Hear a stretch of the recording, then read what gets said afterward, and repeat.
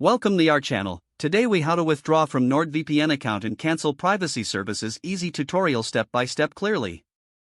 To withdraw from your NordVPN account and cancel privacy services, start by opening your preferred web browser. Visit the NordVPN official website. Log into your account using your registered email and password. Once logged in, navigate to the account section. Look for the subscription tab or section. In the subscription area, find the option to manage or cancel your subscription. Click on the cancellation link provided. Follow the prompts to confirm your cancellation request. Make sure to read any relevant information regarding the cancellation process. After confirmation, check your email for a cancellation confirmation message. This email will serve as proof of your subscription cancellation. Next, if you wish to delete your account entirely, go back to the account section. Scroll down to locate the option for account deletion. Click on the Delete Account button. You may be asked to provide additional verification.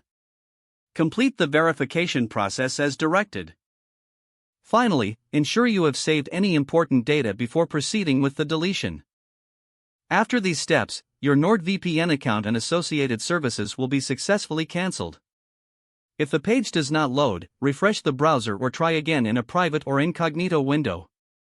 Make sure you are using the correct email address, then retype it carefully to avoid small typos. If your password is not accepted, use the reset option and create a new strong password you can remember. Check your spam folder for verification or security emails, then complete any requested confirmation steps. Enable two-factor authentication if available to improve account security and reduce unauthorized access risk. After signing in, review your profile details so your contact information and settings are accurate and current. If you see an error message, note it down and try again after restarting your device and internet connection.